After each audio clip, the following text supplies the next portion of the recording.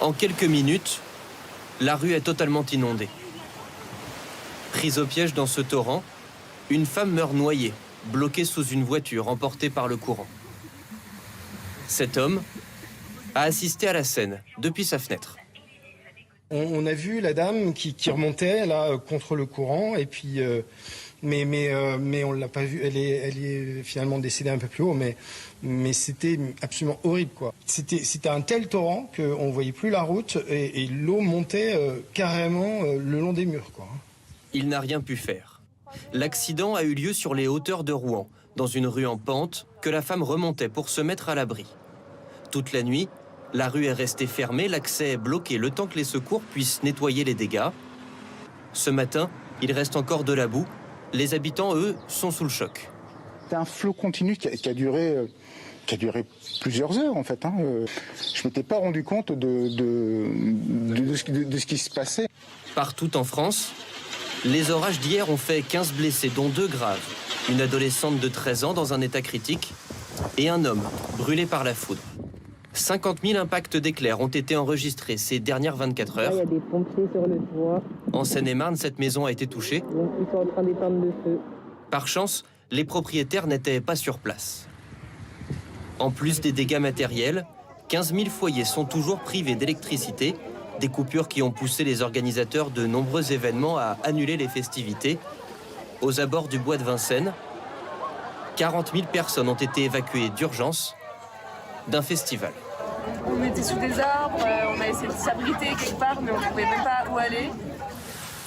Preuve s'il en faut de la violence des intempéries, la journée d'hier a été la plus orageuse enregistrée en France depuis 2019. Et parmi les départements les plus éprouvés, l'Allier, avec de nombreux dégâts matériels, les clients d'un camping ont aussi vécu une nuit terrible avant le retour d'un grand soleil ce matin. Un phénomène fulgurant qui a traumatisé certains habitants sur place. Regardez ce reportage tourné par Nathalie Chiesa et Thibaut Bruck. Des grêlons de la taille d'une balle de tennis. Hier soir, ces campeurs en ont ramassé des dizaines dans leur tente. Venus passer un week-end tranquille au bord de l'eau, ils ont fini la nuit dans leur voiture. Quand je suis rentré dans la voiture, j'ai vraiment pris peur de la violence, quoi. Rien que de sortir de la tente jusqu'à la voiture, j'étais obligé de me mettre une couverture dessus avec une casserole sur la tête, quoi. Face à la violence de l'orage, ces vacanciers, eux, ont dû renoncer à leur cousinade et quitter le restaurant au plus vite.